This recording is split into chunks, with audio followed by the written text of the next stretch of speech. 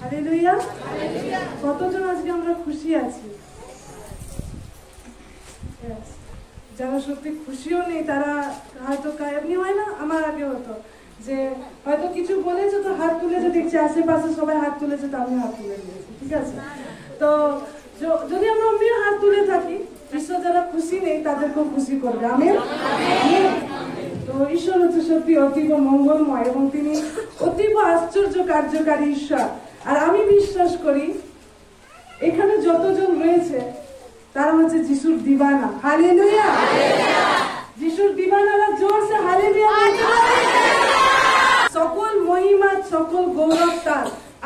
আমরা শ্রদ্ধালু নয়, কিন্তু আমরা ঈশ্বরের প্রেমী। আর বলেছিলাম যে আমরা ঈশ্বরের প্রতিনিধিত্ব করি। কি করি? প্রতিনিধিত্ব করি। তো ঈশ্বরের প্রতিনিধিত্ব আমরা করছি। আর যখন আমরা তার উপস্থিতিতে আসি, একটা বিষয়কে আমাদের খুব ভালো করে জেনে রাখা প্রয়োজন রয়েছে, আমরা জীবন্ত ঈশ্বরের কাছে আসছি। কার কাছে আসছি? জীবন্ত ঈশ্বরের কাছে আসছি, কোনো মানুষের কাছে নয়। কোনো মানুষের কাছে নয়, ঠিক? আর ছোটবেলা থেকে আমরা জন্ম থেকে কি হচ্ছে? খাবার খাচ্ছি, তাই তো? একটা যখন বাচ্চা পৃথিবীতে ভূমিষ্ঠ হয় সে মাতৃদুগ্ধ থেকে খাওয়া শুরু করে, তাই তো? খেয়ে যাচ্ছি সকালে দুপুরে রাতে কেউ মাঝে যখন পারছে খাওয়া চলছে। কিন্তু সব থেকে মূল্যবান বিষয় যেটা হচ্ছে সেটা হচ্ছে যখন আমরা বাক্যকে খাই তা আমরা নাশ হই না। হালেলুয়া। এই জাগতিক খাবারকে আমরা খাই আর নাশ হয়ে যেতে পারি। জাগতিক খাবারকে আমরা খাই ও আমরা নাশ হয়ে যেতে পারি, কিন্তু আত্মিক খাবারকে যদি আমরা খাই, সেই বাক্যকে যদি খাই, আমরা নাশ হই না। হালেলুয়া। তো এখানে প্রত্যেকে এক্সাইটেড রয়েছে ঈশ্বরের বাক্যকে শোনার জন্য, যে বাক্য আমাদের জীবনকে পরিবর্তন করতে পারে। আসলে যখন আমরা প্রভুর উপস্থিতিতে এসেছি ঈশ্বরের গৌরব প্রশংসা করি। আসুন আমরা বাক্যে যাওয়ার পূর্বে আমরা সকলের চোখকে বন্ধ করব আর ঈশ্বরের কাছে সেই এক্সপেকটেশন, সেই আশাকে নিয়ে আসি যে যে পাপ বা যে যে অপরাধ বা যে যে ভুল আমরা অনেক দিন ধরে চাইছি যে ছেড়ে দেব, আমরা ছাড়তে পারছি না। আজকে সে দিন আমার জন্য হোক যেদিন আমি ছেড়ে দিব। আজ এই দিন আমার জন্য হোক। ঈশ্বরের বাক্য আজ আমার জীবনকে রূপান্তরিত করুক। ঈশ্বরের শক্তি আজ আমাকে পরিপূর্ণ করুক। ঈশ্বরের শক্তি আজ আমাদেরকে ভরে দিক। ও পবিত্র আত্মনিশ্চয় যতজন এখানে রয়েছে চক্ষু বন্ধ করে রয়েছে, সে এক্সপেকটেশনের সাথে যিশুকে বলি, হৃদয় দিয়ে শুধু বলি যে প্রভু আমার যে যে পাপ বা অপরাধ রয়েছে, যে বন্ডেজ থেকে, যে বন্ধন থেকে আমি বেরোতে পারছি না, আজ এই বাক্য আমার জীবনকে পরিবর্তন করুক। আজ এই বাক্যের মধ্যে থেকে আমি চাঙ্গাইকে লাভ করি। আজ এই বাক্যের মধ্যে থেকে আমি ডেলিভারেন্সকে লাভ করি। আজ এই বাক্যের মধ্যে থেকে আমি সেই আলাদা লেভেলে পৌঁছে যাই যেখানে তুমি উপস্থিত থাকো, যেখানে তোমার আত্মা উপস্থিত থাকে। হালেলুয়া।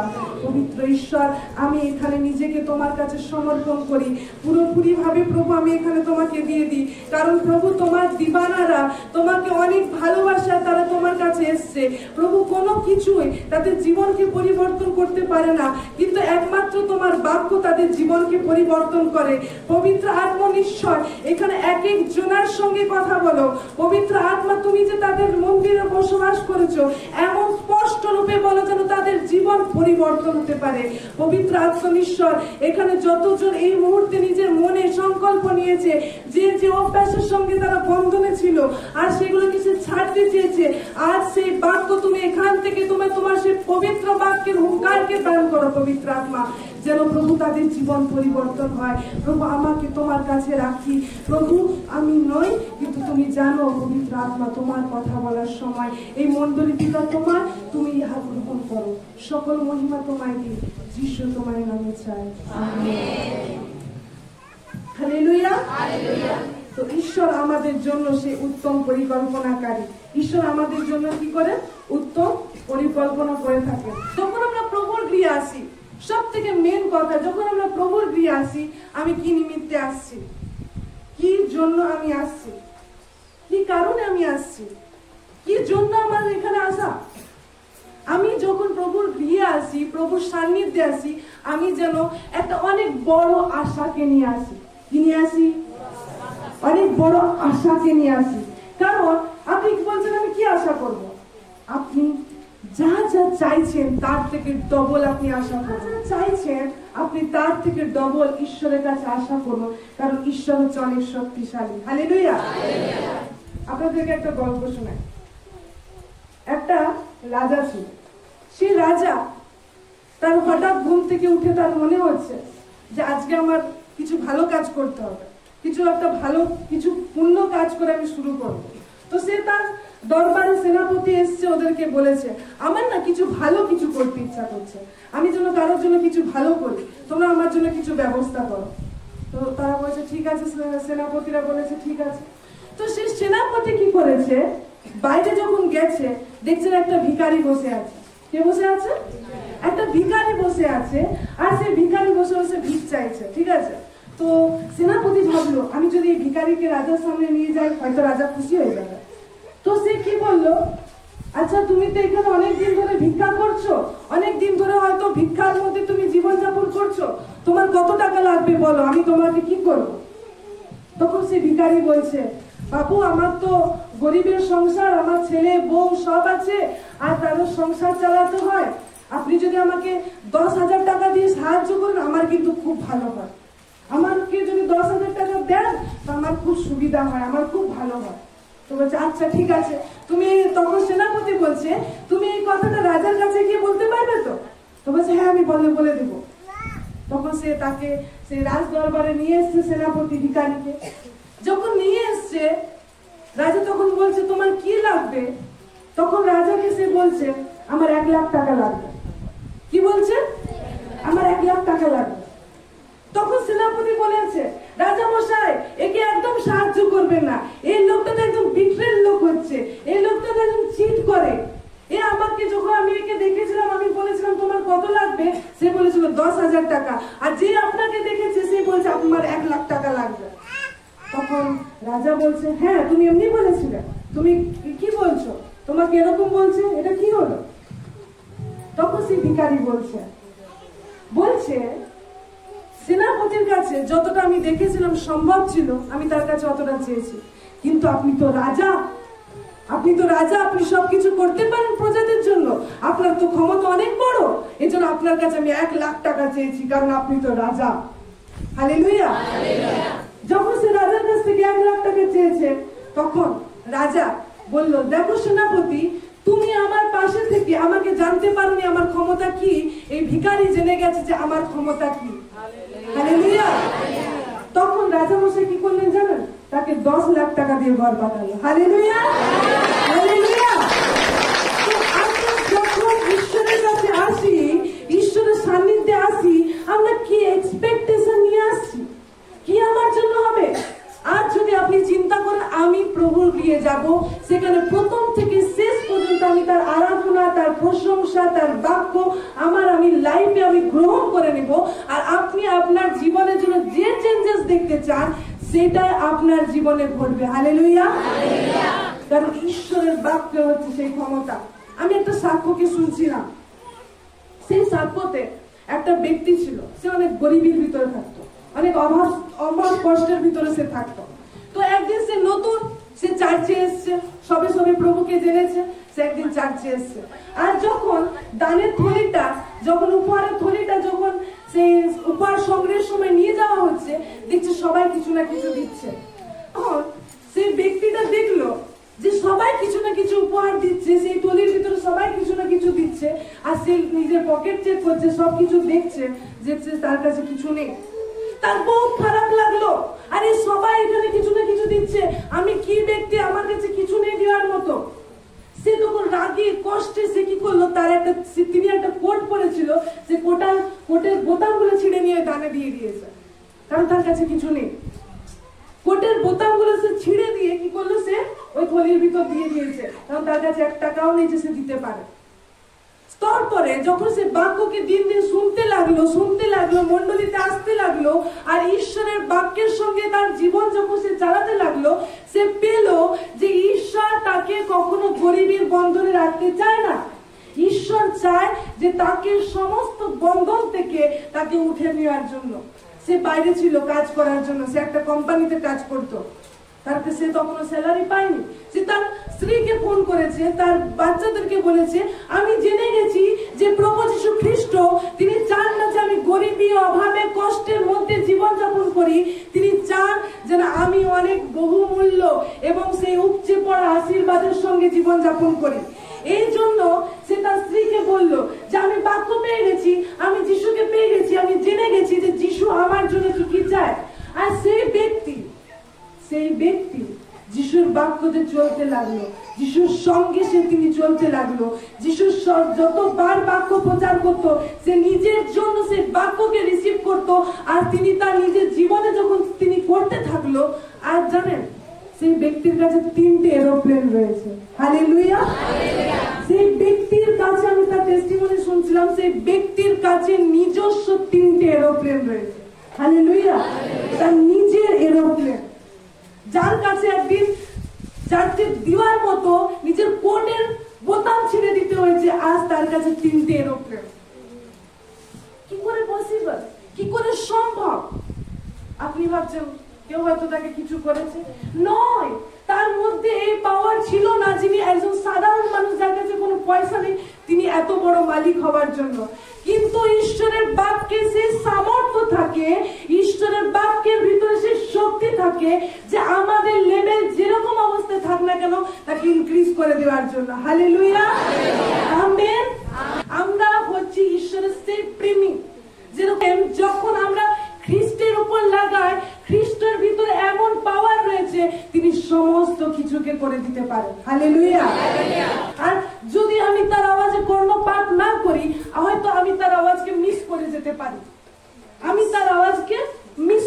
পারি, যখন আমরা এই গৃহে থাকি, এখানে পবিত্র আত্মার পুরো উপস্থিতি থাকে, আর যখন আমি এর ওর সাথে কথা বলি, বাক্যের সাথে মনোযোগ করি না, আর এখানে যা কিছু হয় তার সঙ্গে যখন আমার লিঙ্ক থাকে না, তখন আমি অনেক কিছু আশীর্বাদ থেকে সরে যাই, আমার ভিতর থেকে অনেক আশীর্বাদ কমে যেতে থাকে, আমি মিস করে দিই।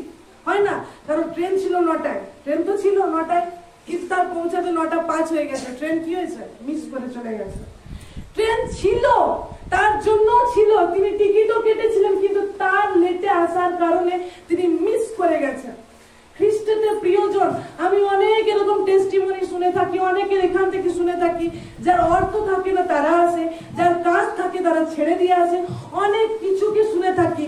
কিন্তু আমি যদি তার উপস্থিতিতে এসে মিস করে যাই, তো আমি সেই লেভেলে হয়তো নাও পৌঁছাতে পারি। এটা আমার ফল্ট হবে, সেটা ঈশ্বরের ফল্ট নয়। এই জন্য যখন আমরা এখানে থাকি, সেই পবিত্র আত্মাকে দেখি যে তিনি আমাদেরকে কি প্রকারে লিড করতে চায়। অনেক স্কুল কলেজ আছে, দেখবেন সেখানে হুল্লোড় চেঁচামেচি হচ্ছে, অনেক জায়গা আছে সেখানে অনেক ধরনের পরিস্থিতি চলছে, কিন্তু খ্রিস্টের জায়গা যেখানে আত্মা কথা বলে, নট শুধু এখান থেকে বাক্য থেকে, আপনি বসে রয়েছেন, আপনার সঙ্গে পবিত্র আত্মা কথা বলবে, আর সেই একটা কথা আপনার পুরো লাইফকে চেঞ্জ করে দিতে পারে। আমেন। যখন আমরা প্রভুর ঘরে থাকি, ঈশ্বর অনুগ্রহ করে থাকেন। ঈশ্বরের বাক্যে লেখা আছে, তার আশ্রিত, তার কারো বাড়িতে হয়তো এসেছে, কোন একজন ভক্ত দাসকে যদি কেউ এক বাটি জলও পান করায়, সে ঈশ্বরের পুরস্কার থেকে বঞ্চিত হবে না।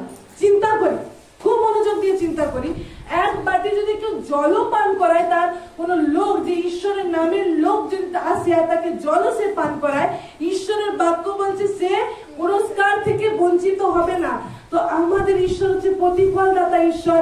আপনার এক একটা কার্যকে তিনি কত না প্রতিফল দিবেন, আপনার এক একটা সময়কে তিনি কত না প্রতিফল দিবেন, আপনার জীবনে করা এক একটা বিষয়ের তিনি কত না হিসাব রেখেছেন। হালেলুয়া।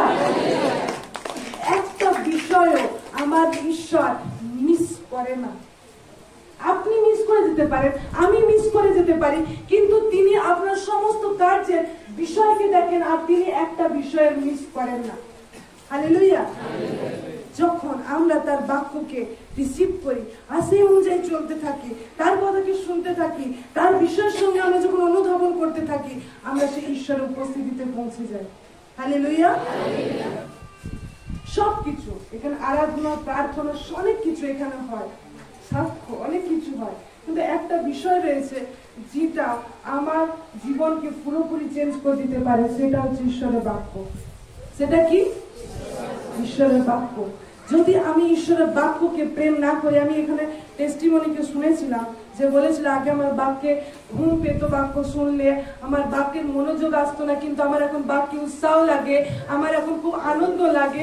সেই সকল টেস্টিমনি জানেন তার কার্যকারিতা হচ্ছে পবিত্র আত্মা। পবিত্র আত্মা তাকে আলাদা একটা লেভেলে নিয়ে গেছে, যেখানে তার সে বাক্যকে প্রেম করতে শিখে গেছে। হালেলুয়া। আর যে বাক্যকে প্রেম করতে শিখে গেছে, সে ঈশ্বরকে প্রেম করতে শিখে গেছে, তার পথে চলতে শুরু করে দিয়েছে। হালেলুয়া। যখন আমরা ঈশ্বরের বাক্যকে শুনি মেডিটেট করি, আমাদের লাইফ অনেক চেঞ্জ আসে, অনেক কিছু চেঞ্জ আসে, যেটা আপনার জীবনে কখনো সম্ভব নয়, সেই সকল বিষয় আপনার জীবনে ঘটতে শুরু হয়ে যায়। যদি আমরা ঈশ্বরের বাক্য থেকে দেখি, হোসেয় তার 4 পদে লেখা আছে, জ্ঞানের অভাব প্রযুক্ত আমার প্রজাগণ বিনষ্ট হইতেছে। হোসেয় তার 4 পদ লেখা আছে, জ্ঞানের অভাব প্রযুক্ত আমার প্রজাগণ বিনষ্ট হইতেছে। এই নয় আমার জীবন শয়তানে বিনষ্ট করে দিল, এই নয় আমার জীবন নষ্ট হয়ে যাচ্ছে, এই নয় আমার বিজনেস নষ্ট হয়ে যাচ্ছে, এই নয় আমার হেলথ নষ্ট হয়ে যাচ্ছে। তবে ঈশ্বরের বাক্য বলছে জ্ঞানের অভাব থাকার কারণে, কিসের জ্ঞান? ঈশ্বরের জ্ঞানের অভাব থাকার কারণে, ঈশ্বরের বাক্যের জ্ঞানের অভাব থাকার কারণে প্রজাগণ বিনষ্ট। কিছু বিষয় আজ আমাদেরকে দেখা প্রয়োজন রয়েছে। যখন আমি অজ্ঞানহীনতার ভিতরে চলি, যখন আমার জ্ঞান থাকে না ঈশ্বরের প্রকাশে, তখন আমি অন্ধের মতো চলতে থাকি আর ঈশ্বরকে অনেক বিষয় খুঁজতে থাকি, কিন্তু আমি পাই না। এই জন্য আত্মার প্রকাশ আমাদেরকে সেই আরাধনার দিকে নিয়ে চলে যেখানে আমাদের প্রয়োজন রয়েছে। যদি আমরা ঈশ্বরের জ্ঞানের অভাবে চলি, তো আমাদের জীবন নষ্ট হওয়ার অনেক সম্ভাবনা বেশি রয়েছে। তো ফার্স্ট আমাদের যে বিষয়কে প্রয়োজন সেটা হচ্ছে ঈশ্বরের জ্ঞান। বলি ঈশ্বরের জ্ঞান। ঈশ্বরের জ্ঞান আমার প্রয়োজন রয়েছে। ঈশ্বরের জ্ঞান আমার প্রয়োজন রয়েছে। এই জ্ঞান আমি কি করে পাবো? ঈশ্বরের জ্ঞান আমি কি করে পাবো? ফার্স্ট হচ্ছে বাক্য, সেকেন্ড হচ্ছে পবিত্র আত্মার সঙ্গে সহভাগিতা। ফার্স্ট কি হচ্ছে?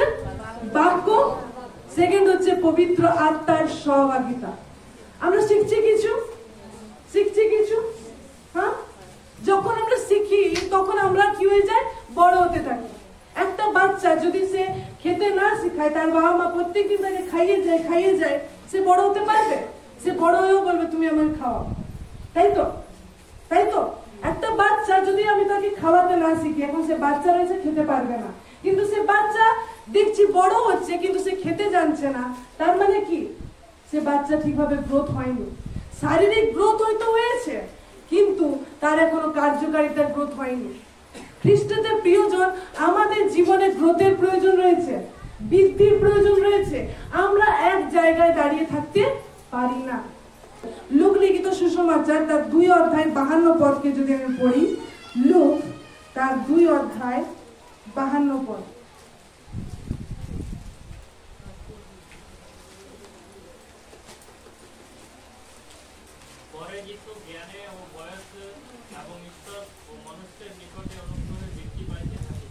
আমেন। ঈশ্বরের বাক্য লেখা রয়েছে, ফার্স্ট কি ছিল? জ্ঞানে। ফার্স্ট কি? জ্ঞানে ও বয়সে ঈশ্বরের ও মনুষ্যের নিকটে অনুগ্রহে বৃদ্ধি পাইতে থাকিলেন। ঈশ্বরের জ্ঞানে। এই জ্ঞান আমাদেরকে আমাদের লাইফের বন্ডেজ গুলোকে ভেঙে দেয়। কি করে? বন্ধন গুলোকে কি করে ভেঙে দেয়। এই জন্য যতক্ষণ আমাদের জীবনে জ্ঞান ডেভেলপ হতে থাকে, ঈশ্বরের বাক্য যখন ডেভেলপ হতে থাকে, তখন আমরা সেই বন্ডেজের ভিতর থাকি না যে পরিস্থিতি হয়তো এখন আছে। আমাদের জীবনকে সে একই প্রকারে সেই সহভাগিতায় নিয়ে যেতে চায় যেখানে আমরা তার উপস্থিতিকে পেতে পারি। প্রকাশিত বাক্য তার 1 অধ্যায় 6 পদ। প্রকাশিত বাক্য তার 1 অধ্যায় 6 পদ। এবং আমাদিগকে রাজ্যস্বরূপ ও আপন ঈশ্বর পিতার যাজক করিয়াছেন, তাহার মহিমা ও পরাক্রম যুগ পর্যায়ে যুগে যুগে হোক। ঈশ্বরের বাক্য বলছে তিনি আমাদিগকে রাজ্য স্বরূপ ও কি বলছেন, ঈশ্বর ও পিতার যাজক করিয়াছেন। কি করিয়াছেন তিনি আমাদেরকে? রাজ্য স্বরূপ, বলুন রাজ্য স্বরূপ আর যাজক। রাজ্য স্বরূপ ও যাজক। ঈশ্বর আমাদের প্রত্যেককে রাজা ও যাজক করে তৈরি করেছে। কিন্তু আমি বলবো, আরে আমি তো লোহা লক্কর মারি, আরে আমি তো মুচি হচ্ছি, আরে আমি তো লোকের ঘরে কাজ করতে যাই, তাহলে আমি রাজা আর যাজক কি করে বলবো? একটা বিষয়কে খুব ভালো করে আমরা জানি, এই পৃথিবীতে প্রথম কাকে সৃষ্টি করা হয়েছিল? প্রথম মানুষকে, আদম। যখন সে আদম কে, অনেকে চিন্তা করে আদমকে কেন বানিয়েছে? কেউ বলতে পারবে না ঈশ্বর আদমকে কেন বানাতে গেল? কত সুন্দর ঈশ্বর ছিল, আদমকে বানাবার কি দরকার ছিল? আচ্ছা, ঈশ্বরের মহিমা করার জন্য। আর কিছু? অনেকে কি চিন্তা করি, অনেকে আমরা বলি, শুনুন আমি একটা বিষয়কে বলি, ঈশ্বরের মহিমা করে। আমরা বলি না মানুষকে ঈশ্বর সৃষ্টি করেছে ঈশ্বরের মহিমা করে, ঈশ্বরের গৌরব করে। তার কি দুধের কম পড়ে গেছিল? সারাদিন হালেলুয়া ওরা এখানে বলছে, তার কি কম পড়ে গেছিল? কম পড়ে যায়নি না? আমরা ভাবি যে ঈশ্বরকে হয়তো কথা বলার জন্য তৈরি করেছে, কেউ কেউ চিন্তা করি ঈশ্বর হয়তো মহিমা করার জন্য চিন্তা তৈরি করেছে। তো স্বামী আর স্ত্রী যখন থাকে, সন্তান হয়, আপনি চিন্তা করেন সে আমাকে খাওয়াবে, আমাকে পড়াবে, ওই জন্য বাচ্চাটা করছি? কেউ চিন্তা করি যে বাচ্চাটা আমাকে খাওয়াবে, পরবর্তীকালে আমি যখন বুড়া হয়ে যাব? আপনার ইয়ং বয়সে মনে হয় আরে একটা বাচ্চা পেদা করে নিলে ভালো হতো, আমি যখন ইয়ং বয়সে আমার বুড়া হয়ে যাব তখন ওরা দেখবে। কি এই ভেবে কি বাচ্চা পেদা করে, মানে জন্ম দেয়? বা কি এই ভেবে চিন্তা করে ও আমি তো বহু ঠকে যাই, আমরা তো এই দুজনই কাজ করছি আর খাচ্ছি, যদি আমাদের একটা বাচ্চা থাকে সে হয়তো সবজি বাজার করে আনবে, সে হয়তো নুন নিয়ে আসবে, তরকারিতে একটু আমার রান্না বান্না কম করতে পারছি না, ঠকে যাচ্ছি, তো সেই বাচ্চাটা করে দিবে। এইসব ভেবে কি আমরা বাচ্চা জন্মগ্রহণ হয়? হয় কি? আমরা ঈশ্বরকে চিন্তা করি, ঈশ্বর হয়তো, অনেকে বলে আমি মানুষ ঈশ্বর তৈরি করেছে ঈশ্বরের কাজ করতে পারে। অনেকে চিন্তা করে আমরা যেন তার মহিমা করতে পারি। অনেকে চিন্তা করে যে ঈশ্বর তৈরি করেছে মানুষদেরকে যেন কথা বলতে পারে, যেন আরাধনা করতে পারে। সবকিছু ঠিক আছে, কিন্তু একটা সব থেকে গুরুত্বপূর্ণ বিষয় হচ্ছে ঈশ্বর সেই মানুষগুলোকে সৃষ্টি করেছিল যেন ঈশ্বর আর এই মানুষ একসঙ্গে রাজত্ব করে। হালেলুয়া। ঈশ্বর আদমকে সৃষ্টি করেছিল এই আমি গোটা বিশ্ব ব্রহ্মাণ্ড ইউনিভার্সকে আমি চালাচ্ছি, আমি হচ্ছে একটা রাজা। ঈশ্বর জানে তিনি রাজা। আর এই মানুষকে সৃষ্টি করেছে যেন এরাও আমার মতো যেন রাজত্ব করতে পারে। হালেলুয়া। তারা কি করতে পারে? রাজত্ব করতে পারে। এই নয় আমি শুধু তার মহিমা করব, এই নয় আমি শুধু তার জন্য কাজ করব, এই নয় হয়তো আমি তার সাথে প্রার্থনা করবো আর কথা বলবো 24 ঘন্টা তার কাছে পড়ে থাকবো। এরকম দেখবেন গুরু সদেবরা করে থাকে, হিমালয় চলে যায়, গিয়ে সারাদিন তারা ওই ধ্যানে থাকে। এটাই কিন্তু ঈশ্বর মানুষকে তৈরি করেছিল যেন মানুষ রাজত্ব করতে পারে, তার সঙ্গে আধিপত্য করতে পারে, তার সঙ্গে কাজ করতে পারে। তিনি আমাদেরকে আমরা একসঙ্গে কাজ করতে পারি। জানেন মানুষের ভিতরে কি কি থাকে? 3টে বিষয় দিয়ে ঈশ্বর তৈরি করেছে। খুব ফার্স্ট হচ্ছে শরীর, দেহ, 2 নম্বর হচ্ছে প্রাণ, 3 নম্বর হচ্ছে আত্মা। আর ঈশ্বর একটা আত্মা। ঈশ্বর আত্মিক দুনিয়াতে, স্বর্গে, আমি বলেছিলাম আত্মিক রিয়েলমে তিনি হচ্ছেন রাজা, তিনি সর্বপ্রধান। আর ঈশ্বর চেয়েছিলেন এই জগতে, এই মাংসে, এদের মাংস রয়েছে, এই মাংসে তারা যেন এইখানে আধিপত্যের সঙ্গে ঈশ্বরের গৌরব করে, রাজত্ব করে, তার সঙ্গে একইভাবে মনোনয়নের সঙ্গে তারা একই রূপে চলতে পারে। আর প্রাণ হচ্ছে সেই মিডল স্থান, প্রাণ হচ্ছে সেই স্থান যেখানে প্রাণ যদি আমাদের না থাকে আমরা বেঁচে থাকবো? আমার ভিতরে যদি এখন প্রাণ না থাকে কি হবে? আমার দেহ পড়ে যাবে। এই দেহ, প্রাণ আর আত্মা, এই তিনটে বিষয়কে দিয়ে ঈশ্বর আমাদেরকে তৈরি করেছে। আপনাদের প্রত্যেকের ভিতরে দেহ রয়েছে, প্রত্যেকের ভিতরে প্রাণ রয়েছে, প্রত্যেকের ভিতরে আত্মা রয়েছে। আর আত্মা, যে আত্মা আপনাদের ভিতরে রয়েছে, যখন আমরা পবিত্র আত্মার সঙ্গে সহভাগী হই, আমি আর আপনি এই জগতের দুনিয়ার ভিতরে থেকে আমি আত্মিক রিয়েলমে পৌঁছে যেতে পারি, আমি আত্মিক স্তরে পৌঁছে যেতে পারি যেখানে ঈশ্বর থাকেন। এইখানে থেকে আমি আত্মিক রিয়েলমের ভিতর থেকে যেতে পারি। আর আত্মিক রিয়েলমে থেকে সে আত্মার শক্তিকে নিয়ে আমি এই জগতে চলাফেরা এবং মানুষের সঙ্গে সব কাজ কি করতে পারি, যেরকম যীশু খ্রিস্ট করেছিল। হালেলুয়া। জায়গায় অনেক ধর্মে, অনেক স্থানে দেখা যায় বলি উৎসর্গ করা হতো না? কি করা হতো? বলি উৎসর্গ করা হতো। আগে আমাদের পুরাতন নিয়মে যদি আমরা সেই পুরাতন নিয়মকে দেখি, সেখানে বলি ছিল, সেখানে বলি দেওয়া হতো, সেখানে কি ছিল? ব্যবস্থা ছিল। সেই ব্যবস্থাকে তারা কি করতে পারছিল না? ফলো করতে পারছিল না। সেই ব্যবস্থার সঙ্গে তারা মানিয়ে চলতে পারছিল না। এই জন্য তারা বারবার কি হয়ে যাচ্ছিল? ফেলিয়ার হয়ে যাচ্ছিল। মানুষকে তৈরি করলো আর মানুষের সাথে একটা সন্ধি করলো, একটা নিয়ম বানালো, তুমি এই নিয়মে চলবে, এই ব্যবস্থাগুলোকে তুমি পালন করবে, এই ব্যবস্থার সঙ্গে তুমি থাকবে। আর যখন ঈশ্বর বলল, মানুষ এই না যে মানুষ করছিল না, মানুষ অনেক চেষ্টা করছে সেই ব্যবস্থাগুলোকে পূরণ করার, মানুষ অনেক চেষ্টা করছে এই ব্যবস্থার কার্যগুলোকে করার, কিন্তু বারবার মানুষ ফেল হয়ে যাচ্ছে। কেন ফেল হয়ে যাচ্ছিল? কারণ ব্যবস্থা যদি আমি একটা না পালন করি, তাহলে আমি আবার সেই পাপের মধ্যে চলে এলাম। ব্যবস্থা, অনেক ব্যবস্থা ছিল, তার ভিতর থেকে যদি আমি একটা না পালন করছি, আমি সেই পাপের ভিতরে চলে যাচ্ছি, আমার সমস্ত কিছু ব্যর্থ। তো যখন দেখলো মানুষ কোন রূপে পবিত্র থাকতে পারছে না, মানুষ কোন রূপে সেই ব্যবস্থার পাপ থেকে, সেই পাপকে জানার পরও সেখান থেকে বেরিয়ে আসতে পারছে না, তখন ঈশ্বর খ্রিস্টকে প্রেরণ করলেন।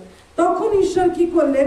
সে খ্রিস্টকে প্রেরণ করলেন, যার মধ্যে থেকে আমরা সেই জীবনকে পেতে পারি, আমরা সেই আশ্চর্য আশীর্বাদকে পেতে পারি। আমার সঙ্গে বার করুন ইব্রিয় তার 8 অধ্যায়, ইব্রিয় তার 8 অধ্যায় 7-8 পদ।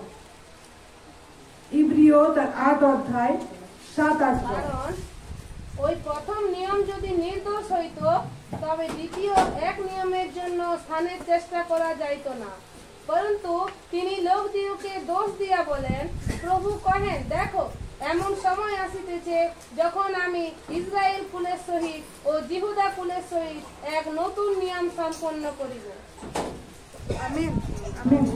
ঈশ্বরের বাক্য লেখা আছে, কারণ ওই প্রথম নিয়ম, ওই প্রথম যে ব্যবস্থার যে নিয়ম ছিল, সেটা যদি নির্দোষ হতো, সেটা যদি আমাদের পাপ থেকে বাঁচাতে পারতো, তাহলে নতুন একটা নিয়মের চেষ্টা করা হতো না। আমরা এখন এক নতুন নিয়মের সঙ্গে জড়িত রয়েছে। আপনাদেরকে জানাই যে কিরকম ছিল সেই নতুন নিয়ম। ভাস্কর চলে ভাবুন, চিন্তা করুন, ভাস্কর হচ্ছেন ঈশ্বর। আপনি ঘুরে যান, ঈশ্বর, তিনি হচ্ছেন ঈশ্বর। আর তিনি চাইলেন যে এই মানুষ তার সাথে একটা সন্ধি করুক, একটা ব্যবস্থার সঙ্গে থেকে থাকুক, আর যে ব্যবস্থায় মানুষ কি করবে? পালন করবে, আর তারা ঈশ্বরের মতোই থাকবে।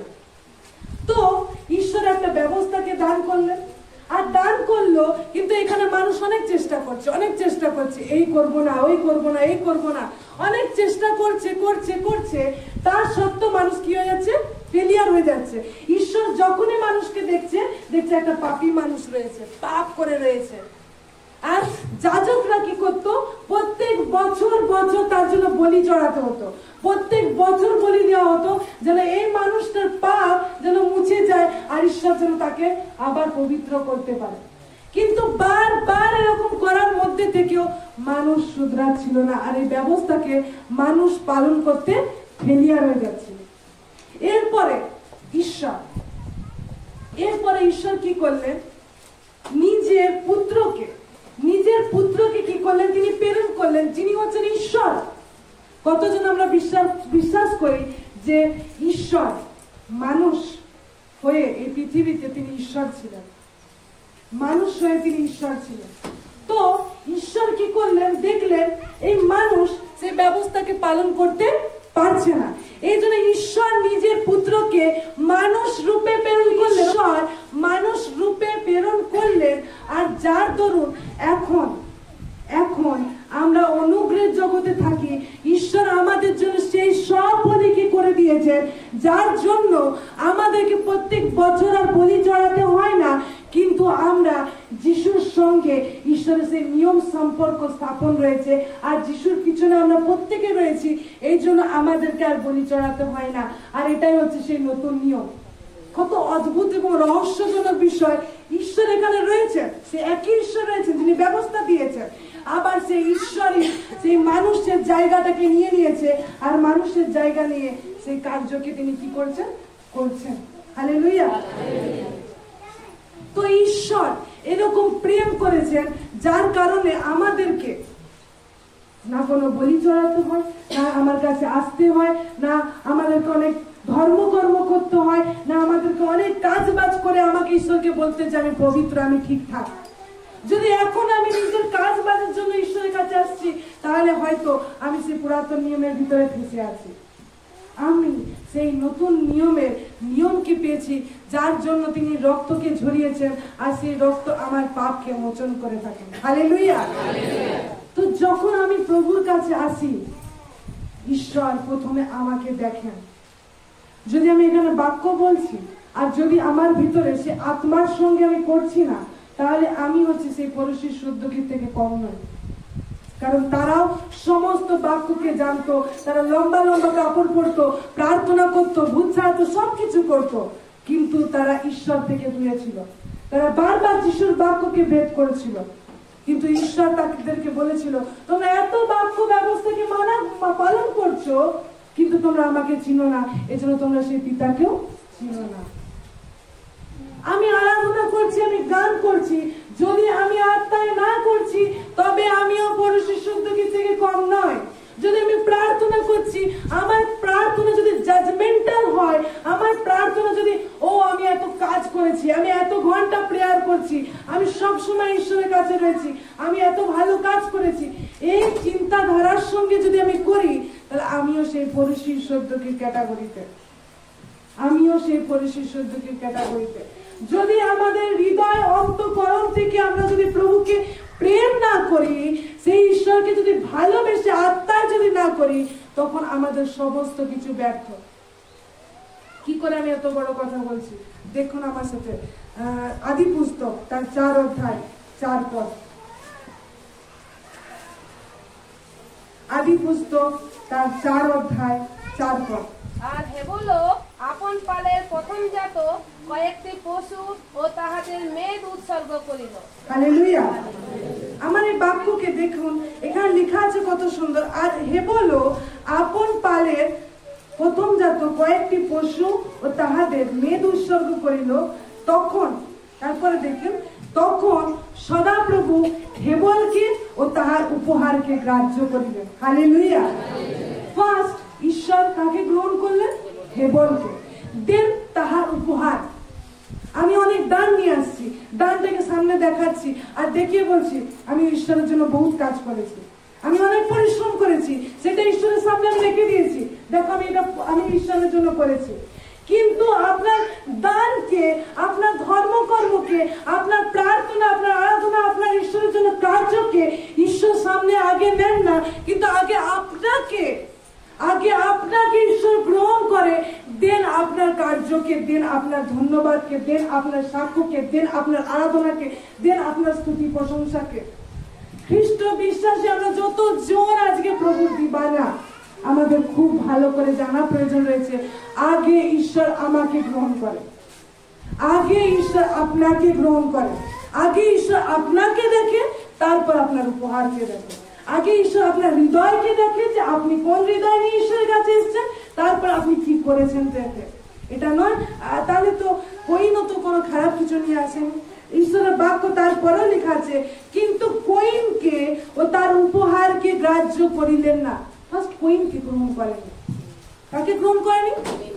কইনকেই নয়। যে উপহারটা নিয়ে এসছে, উপহারটা যে ঈশ্বরের পছন্দ হয়নি। ঈশ্বর কইনের হৃদয়কে দেখেছে, কইনকে দেখেছে যে কইনের মন কিরকম ছিল। আর যখন কইনকে দেখলো, তার উপহার ঈশ্বরের পছন্দ নয়। কিন্তু যখন হেবলকে দেখলো, আর হেবলের ভিতরে ঈশ্বরের আত্মা আর যে প্রেম, ঈশ্বরের প্রতি ঈশ্বরের যে ভালোবাসা আর তার নিয়মের প্রতি ভালোবাসা, সেটা যখন দেখলো, ঈশ্বর হেবলকে গ্রহণ করলো, দেন তার উপহারকেও তিনি গ্রহণ করলেন। সর্বপ্রথম ঈশ্বর আমাকে আর আপনাকে গ্রহণ করেন। যদি আমি আর আপনি ঈশ্বরের বাক্যের বিরুদ্ধে যদি চলে যাই, তখন আমি আর আপনি হচ্ছে সব থেকে ঈশ্বর থেকে অনেক দূরে চলে যাব। অনেক সময় আমরা অনেকে এখানে চিন্তা করি, অনেকে বলে থাকে যে কি আমার স্বামী নেশা করে, তারা অনেক গালমন্দ করে, কেউ কেউ বলে থাকে ব্যভিচারের ভিতরে আসক্ত, তো আমরা চিন্তা করি তারা পাপী, চিন্তা করি তো তারা পাপ কার্যের ভিতরে রয়েছে। কিন্তু একটা বিষয়কে জেনে রাখা প্রয়োজন ছিল, শয়তান কি স্বর্গে নেশা করেছিল না ব্যভিচার করেছিল? করেছিল সে গর্ব করেছিল, সে অহংকার করেছিল। সে কি করেছিল? অহংকার করেছিল। আমি তো এত ভালো ঈশ্বর আরাধনা করি, কেন আমি ঈশ্বর হতে পারি না? জাস্ট এই অহংকার আর তাকে স্বর্গ থেকে নিচে নামিয়ে দিয়েছিল। খ্রিস্টদের প্রিয়জন, হয়তো আমি চিন্তা করছি তারা নেশা করে, তারা ব্যভিচার করে, তারা মিথ্যা বলে, তারা অন্য জাতিকে পূজা করে, অন্য জীবনযাপন করে, তারা হয়তো পাপ করছে। কিন্তু যখন আমি জাজমেন্টাল হয়ে যাই, যখন আমি বিচার করতে থাকি আর নিজেকে ধার্মিক আর তাদেরকে অধার্মিক দেখতে থাকি, তো আমি এক প্রকারে পাপ করছি। আমিও সেই শয়তান, সেই করেছিল, আমি সবকিছু করছি, আমি কেন ঈশ্বর হতে পারি না? ও আমি তো এত ভালো কাজ করি, আমি তো ঈশ্বর প্রার্থনা করি, তাহলে আমি তো ধার্মিক ব্যক্তি। এই যে অহংকার, এই যে গর্ব আমাদেরকে ঈশ্বর থেকে দূরে করে নিয়ে আসে, কিন্তু ঈশ্বরের প্রতি প্রেম আমাদেরকে ঈশ্বরের কাছে করে নিয়ে আসে। হালেলুয়া। যদি আমরা ঈশ্বরের বাক্যে চলতে শিখে যাই, তো আমরা জেনে যাব যে ঈশ্বর কি চান। আমরা অনেকে চিন্তা করি, আমি দাউদের মতো যদি গান করতে পারতাম, আমি যদি দাউদের মতো আরাধনা করতে পারতাম। দাউদ তো কত প্রেমী ছিল, কিন্তু জানেন দাউদ আত্মায় তিনি আমাদের মতো হতে চেয়েছিলেন। দাউদ আত্মাতে তিনি বুঝে গেছিলেন তিনি আমাদের মতো হতে চেয়েছিলেন। যদি বাক্য দেখি আমরা, তাহলে আপনারা বুঝতে পারবেন। রোমিও তার 4 অধ্যায় 6 থেকে 8 পদ। রোমিও তার 4 অধ্যায় 6 থেকে 8 পদ।